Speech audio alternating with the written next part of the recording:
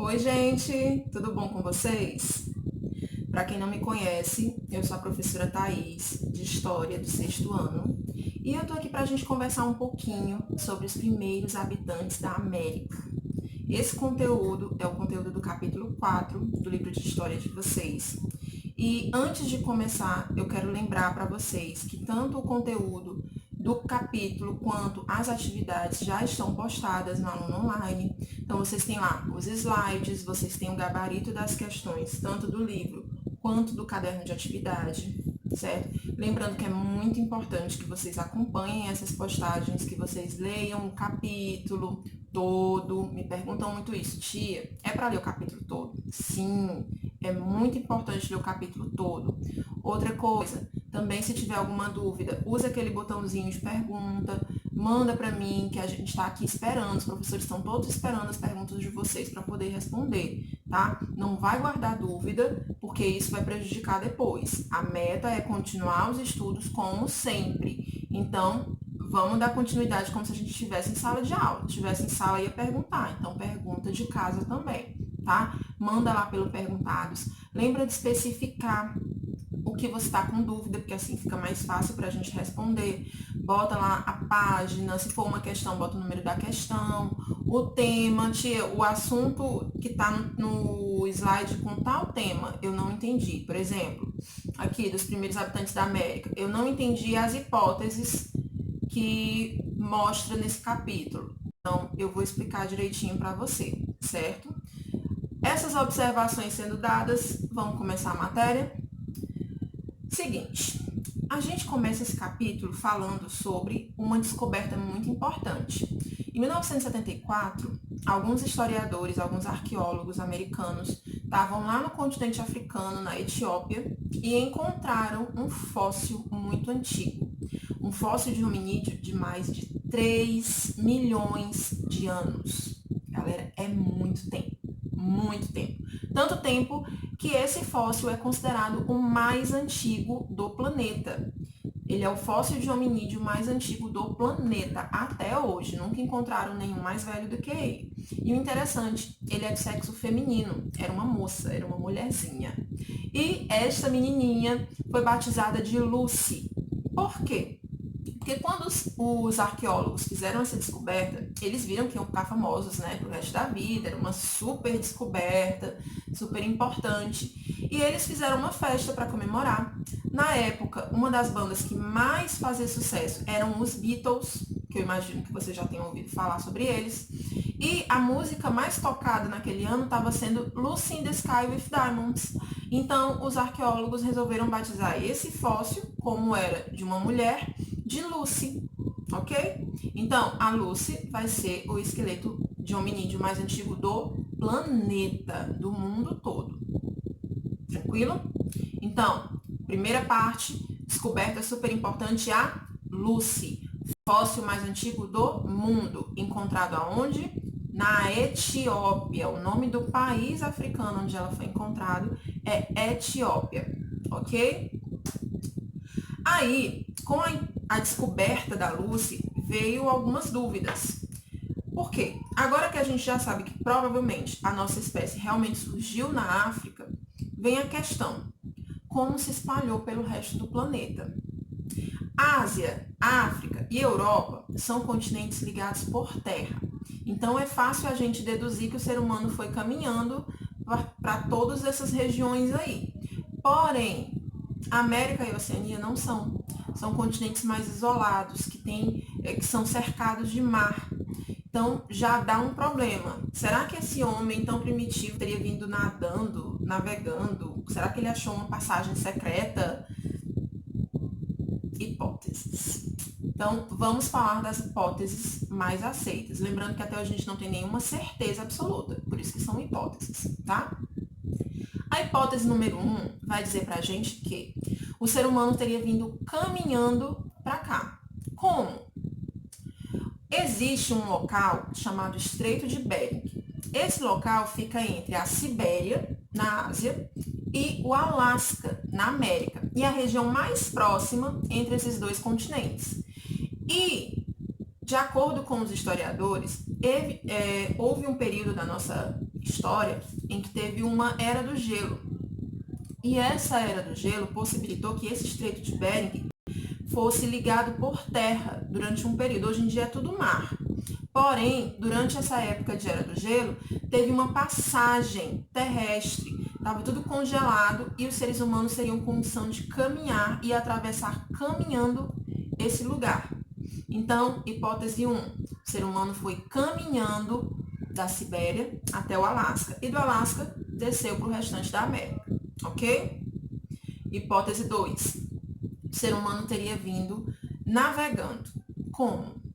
Primeiro ele caminhou em direção à África, ou melhor, em direção à Ásia, e lá no sul da Ásia ele passou a construir algumas embarcações para viajar pelo mar. E nisso ele foi navegando de ilha em ilha, meio que sem destino, procurando comida. Lembrando que o ser humano nessa época ainda era nômade, ou seja, ele não tinha um local onde ele se estabelecesse, ele vivia se mudando. Tem comida, tô indo para lá.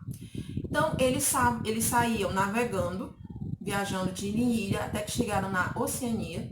E também da Oceania teriam atravessado o Oceano Pacífico navegando e chegado no continente americano, certo? Então, a hipótese 2 vai dizer pra gente que o ser humano veio navegando de ilha em ilha até aqui, ok? Passando pela Oceania primeiro. Essas duas hipóteses, elas são possíveis? São. Uma anula a outra? Não. Não é porque pode ser que tenha acontecido a hipótese 1 que seria impossível de acontecer a 2 ou vice-versa. As duas podem ter acontecido. Então, são possibilidades que podem ter acontecido e a gente ainda não tem certeza, ok? Tranquilinha essa parte? Vamos chegar agora aqui no Brasil. Pessoal, já falando de Brasil, é importante destacar que também encontraram um fóssil antigo aqui.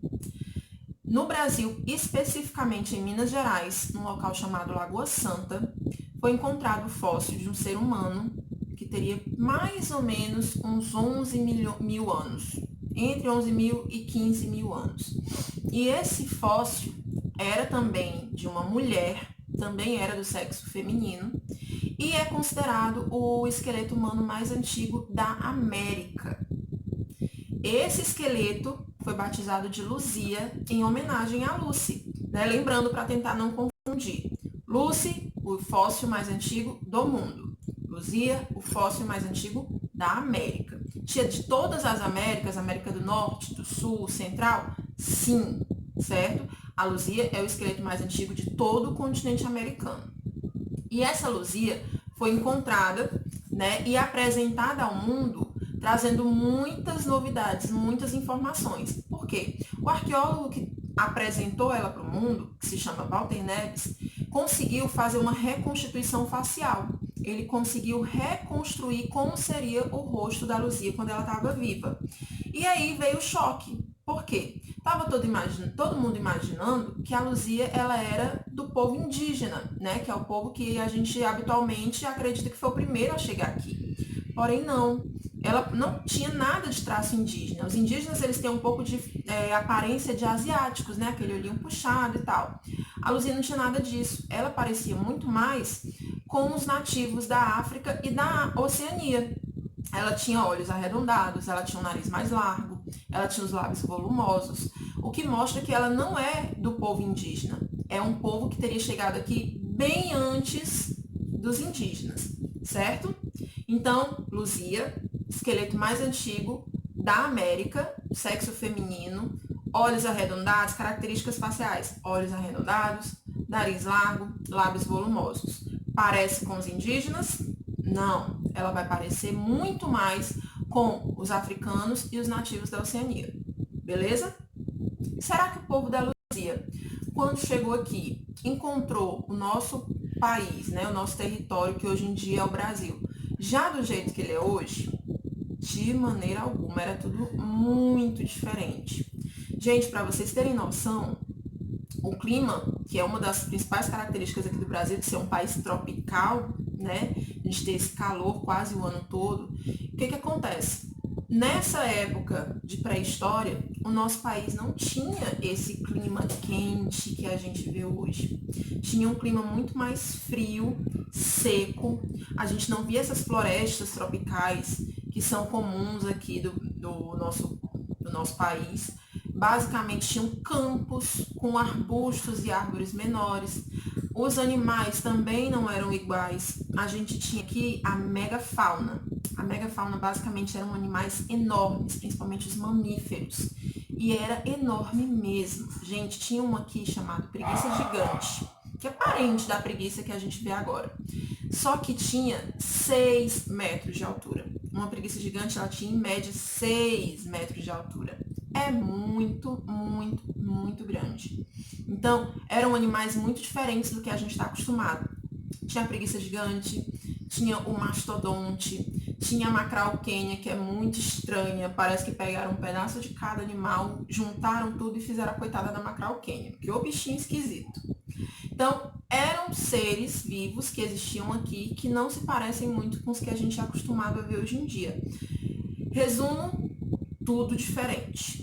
Uma situação completamente estranha para a gente hoje em dia. Porém, era a rotina daquele povo primitivo. Será que a vida deles era fácil?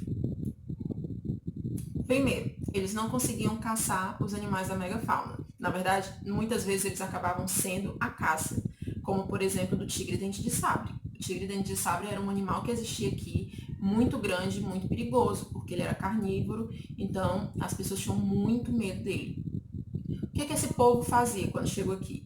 Eles tentavam se proteger o máximo possível, eles usavam muito fogo para isso, tanto para se proteger de animais, quanto para se proteger do frio. Eles eram caçadores e coletores, nômades e tinham uma vida muito difícil, certo? Esse pessoal, a gente vai conhecer hoje 3 deles, 3 grupos de povos primitivos que viveram aqui no Brasil, ok? Primeiro, vamos falar do povo de Lagoa Santa. Já falei esse nome, não já? Você lembra de quando foi que eu falei? Foi o povo da Luzia. A Luzia foi encontrada nesse lugar chamado Lagoa Santa, lá em Minas Gerais, e não foi só ela que foi encontrada, ela não vivia ali sozinha. Encontraram vários esqueletos que mostram que tinha uma povoação bem grande por ali. E com eles foi encontrado algumas informações para a gente conhecer um pouquinho esse povo. Por exemplo, a gente descobriu que eles eram nômades, certo? Caçadores e coletores. Porém, como eu disse, eles não caçavam megafauna, eles caçavam animais pequenos. Eles também costumavam pescar e coletar alguns frutos, algumas raízes. Eles também gostavam muito de alguns caramujos que eles encontravam nos rios. E basicamente isso aí era a alimentação deles. Outra característica sobre esse povo de Lagoa Santa, eles eram baixinhos, magrinhos, até pela questão da má alimentação, né? Não era tão fácil assim encontrar comida. Outra característica, eles tinham uma expectativa de vida muito baixa. O que é uma expectativa de vida? É a idade média que as pessoas tinham quando morriam, digamos assim. Normalmente as pessoas não conseguiam passar dos 30 anos.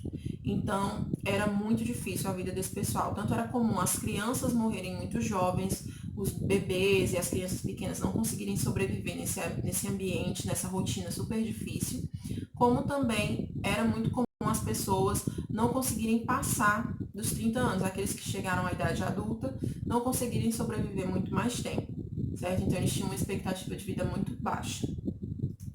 O segundo grupo é o povo de Umbu, que também é chamado de povo da flecha. Por quê?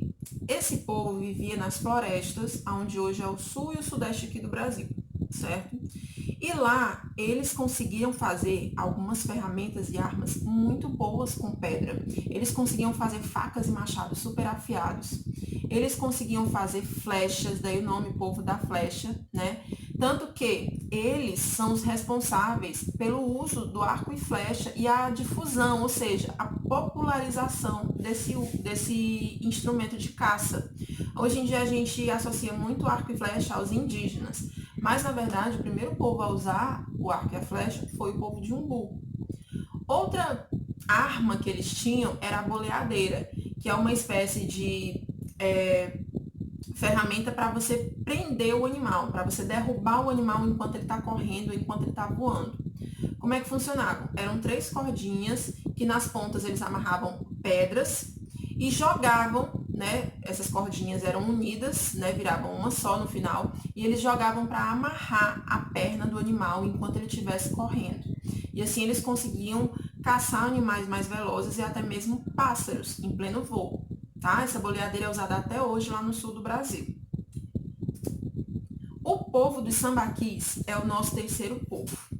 Essa galera é muito interessante, porque eles curtiam muito uma praia. Primeira característica do povo de sambaquis, eles gostavam de praia. Eles gostavam de viver no litoral, principalmente do sul e do sudeste também. E lá eles costumavam escolher um local que ficasse entre o mar e uma fonte de água doce. Podia ser um rio ou uma lagoa. Então eles escolhiam um local que estivesse no meio do caminho, que eles tivessem acesso aos dois, tanto ao mar quanto a esse rio ou essa lagoa, e lá eles se estabeleciam por algum tempo. Detalhe, esse povo dos 3, eles são nômades ainda, porém eles eram os que costumavam se mudar menos, eles faziam menos essas mudanças.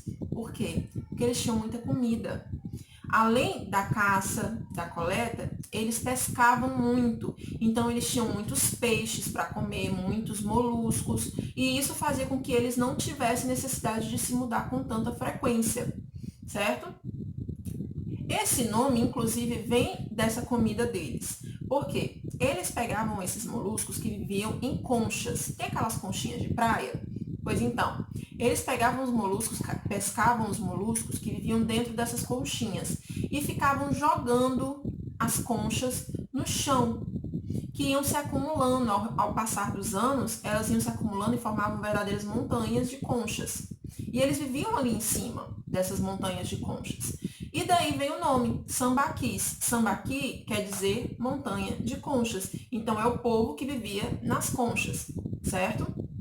Lá nesses sambaquis, eles construíam as cabanas deles em cima, embaixo eles costumavam enterrar os mortos deles. Então, eram realmente locais muito importantes para eles, tá bom? A gente sabe que esse povo, né, tinha uma alimentação um pouco melhor e a gente sabe também que eles viveram até mais ou menos uns 2.000 anos atrás. E provavelmente eles foram expulsos, eliminados aí pelos indígenas tupis quando eles chegaram, que dominaram o litoral brasileiro. Então, talvez esses sambaquis tenham sido substituídos pelos tupis, ok? Então, os 3 povos nômades que a gente tem para conhecer hoje são esses, tá? Lembrando que se tiver ficado alguma dúvida, vai lá no botãozinho do perguntados, dá um pause no vídeo, pergunta e volta para terminar. Agora, vamos falar um pouquinho de outra parte dessa história. A gente está falando de povos nômades, ou seja, povos que se mudavam com frequência em busca de comida, não produziam a própria comida.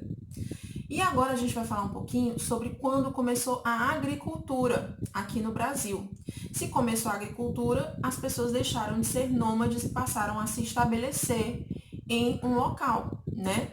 Então, como foi que começou? A gente sabe que aproximadamente uns 7.000 anos atrás surgiu essa agricultura na região amazônica, principalmente onde hoje é o Pará, certo? Lá, esses primeiros povos agricultores começaram a fazer plantações de ervas medicinais, de plantas para obter corante e de uma coisa muito importante para eles e para a gente até hoje, a mandioca. Mandioca ou macaxeira, tem gente que chama de macaxeira também. É aquela raiz de onde a gente faz a farinha, onde a gente faz a goma de tapioca, super importante na nossa alimentação aqui no Brasil inteiro praticamente. E a mandioca foi uma das primeiras culturas que esses povos amazônicos tiveram. E o interessante, na natureza, muitas dessas raízes de mandioca são venenosas, ou seja, a pessoa passa mal quando come. E aí, esses indígenas, ou melhor, esses povos primitivos anteriores aos indígenas, começaram a fazer experimentos e foram tentando encontrar formas de tirar esse veneno da mandioca. Na base do erro, na base do acerto, foram descobrindo formas de extrair esse veneno e poder consumir a mandioca tranquilamente. Tanto que hoje em dia a gente come normal, sem passar mal, pode até comprar no mercantil a própria raiz inteira, porque a gente já sabe fazer, hoje em dia a gente já tem esse conhecimento graças a eles, né? Esses povos agricultores, vamos ter dois que se destacam bastante. É o povo marajoara e o povo de Santarém. Por que eles se destacam? Porque eles eram grandes produtores ceramistas.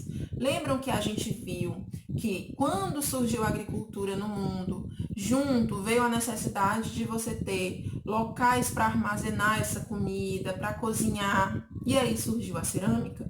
Aqui no Brasil não foi diferente, isso também aconteceu para a gente. Então, esses povos agricultores também passaram a produzir cerâmica.